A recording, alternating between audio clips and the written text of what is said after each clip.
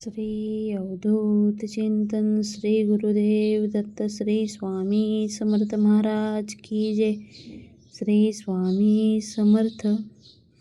सर्व स्वामी भक्तांचं आपल्या स्वामी माऊली चॅनलवर स्वागत आहे आणि सर्वांना नमस्कार. आजचा अनुभव नक्की तुम्ही ऐका. एक ताई स्वतःच्या संसारामध्ये किती स्ट्रगल करते आणि कशा प्रकारे त्यांना स्वामी महाराज येऊन अनुभव देतात. नक्की ऐका. तर ताईचं लग्न झालं. मस्त प्रकारे स्टार्टिंगला त्यांचा संसार चालू होता आणि सगळं काही व्यवस्थित चालू होतं. पण नवऱ्याचं वेगळे मित्र, नवीन मित्र येणे आणि त्यांची जी पार्टी वगैरे चालू लागली, त्यामध्ये नवरा दारू प्यायला शिकला.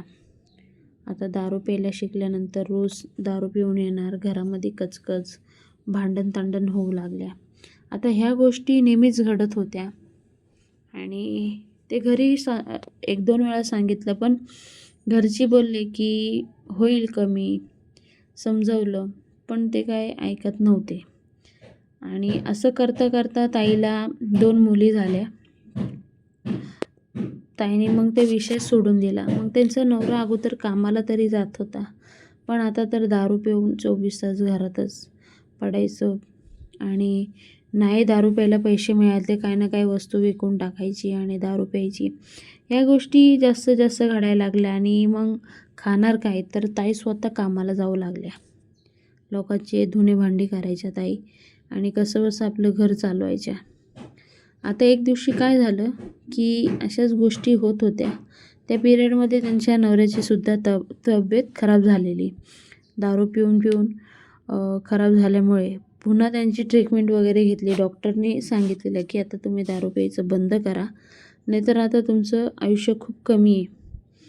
तर त्यांनी थोडी कमी केलेली, पण कामाला तर ते जातच नव्हते. घरी बसूनच खायचे. ताई काम करायची, मुलींना शिकवायची. मुलगी कॉलेजला जाऊ लागलेली. खर्च वाढलेला. खूप सारे स्ट्रगल करत होती ताई.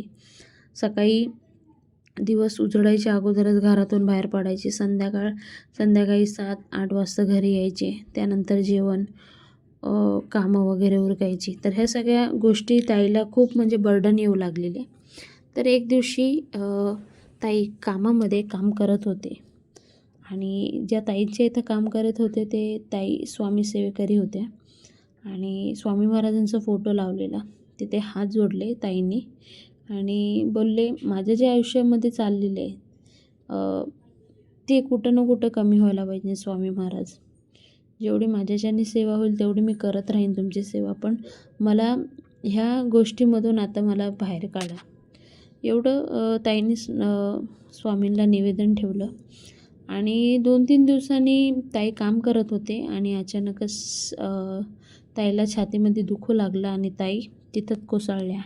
आता जे घरमालक होते त्यांनी ताईला हॉस्पिटलमध्ये नेलं, ट्रीटमेंट वगैरे दिली. तेव्हा डॉक्टरने सांगितलं की ताईला अटॅक आला आहे. आता ताईला सतत आरामाची गरज आहे. आता ह्या सगळ्या गोष्टी घडत होत्या. त्या पिरियडमध्ये ताईकडे सुद्धा पैसे नव्हते, पण तुम्ही बघा ना, स्वामी महाराजांनी हे सगळं घडून दिलं. जे ताईंच्या इथं काम करत होते त्यात ताईने सगळी ट्रीटमेंट केली ताईची आणि ताई सतत म्हणजे टेन्शनमध्ये असायच्या की आता माझं काम सुटलं, मला आराम करायला सांगितलं, माझं घर कसं चालणार, माझी मुली कशी शिकणार, त्यांचं लग्न मी कसं करणार, ह्या सगळ्या गोष्टी त्यांच्या डोक्यात चालू होत्या. तेव्हा ताईंचे जे मालकीण आहे त्यांनी सांगितलं की काहीच काळजी करू नका, मी जेवढं माझ्याच्याने खर्च होईल, तुमचा औषधाचा खर्च आहे, घर चालवायचा खर्च आहे, ते सगळं मी करीन, काळजी करू नका. तुमच्या मुली आता शिकल्यात बऱ्यापैकी, मी त्यांना माझ्या ऑफिसमध्ये लावून देते. आणि एका मुलगीला त्यांच्याच ऑफिसमध्ये लावून दिलं आणि थोडेफार पैसे तिथूनही येऊ लागले. दुसऱ्या मुलगीला दुसरे एक ऑफिस आहे तिथे लावून दिलं. दोन्ही मुलगी म्हणजे कामाला जाऊन शिक्षणसुद्धा करत होते आणि ताईंनी स्वामी महाराजांची सेवा करायला सुरुवात केली आणि तुम्ही म्हणजे विचार नव्हता केलेला त्या गोष्टी इथं घडायला लागल्या. ताईचा जे नवरा होता हळूहळू दारू कमी करून टाकली आणि मग ते पण त्यांना पण जाणीव व्हायला लागली की माझी दोन्ही मुली कमी वयामध्ये कामाला जातात घर चालवायसाठी, माझ्या बायकोची तब्येत बरी नाही आणि ह्या सगळ्या गोष्टी त्यांना कळू लागल्या. त्यानंतर ते सुद्धा वॉचमनची एक जागेवर वॅकन्सी होती तिथे जाऊन काम करू लागले. तिथून सुद्धा इन्कम येऊ लागली. अशा प्रकारे ताईचा जे संसार होता तो हळूहळू मस्त व्यवस्थित चालू लागला. त्यानंतर ताईंची जी दोन्ही मुली होती ते सुद्धा स्वामी महाराजांची सेवा करू लागले आणि एका मुलगीला एक खूप चांगलं स्थळ आलं आणि ताईंनी त्या मुलीचं लग्न तिथे करून दिलं. तिचा पण संसार एकदम मस्त चालू लागला. फक्त आणि फक्त स्वामी महाराजांमुळे हे सगळं घडू लागलेलं. म्हणजे आपण कोणतीही गोष्ट मनाने मागू आणि आपण संकटात आहोत हे स्वामी महाराजांना समजलं. स्वामी महाराज कधीच आपल्याला सोडून देत नाही. शेवटपर्यंत आपल्याला साथ देतात आणि शेवटपर्यंत आपली मदत करतात. तर ह्या गोष्टी लक्षात ठेवा आणि ताईंचा जे अनुभव आहे तो अनुभव नक्कीच डोळ्यातून पाणी आणणारा अनुभव आहे. कारण एक नवरा दारू प्यायला शिकल्यावर घरामध्ये काय काय गोष्टी घडतात ते त्याच बाईला माहीत असतं.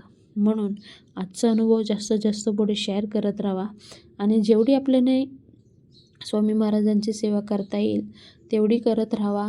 जेवढे आपले हात उघडे असतील तेवढे स्वामी महाराज आपल्याला देतात. हे गोष्टी नक्की लक्षात ठेवा. आणि दुसरी गोष्ट, कर्म चांगले ठेवा. कधी आपल्या कर्म चांगलं असले ना मोठ्या मोठ्या संकटातून सुद्धा आपण बाहेर येतो. ह्या गोष्टी लक्षात ठेवा. तर आजचा अनुभव तुम्हाला कसा वाटला जरूर कमेंट बॉक्समध्ये कमेंट करून सांगा आणि तुमच्याकडे देखील स्वामी महाराजांचे अनुभव असतील सांगायला विसरू नका आणि कमेंट बॉक्समध्ये श्री स्वामी समर्थ लिहून पाठवा आणि जास्तीत जास्त पुढे शेअर करत राहा. पुन्हा भेटूया नवीन व्हिडिओ सांगते. तोपर्यंत बाय बाय. थँक्यू. जय हिंद, जय भारत, भारत माता की जय, वंदे मातरम, जय श्रीराम, श्री स्वामी समर्थ.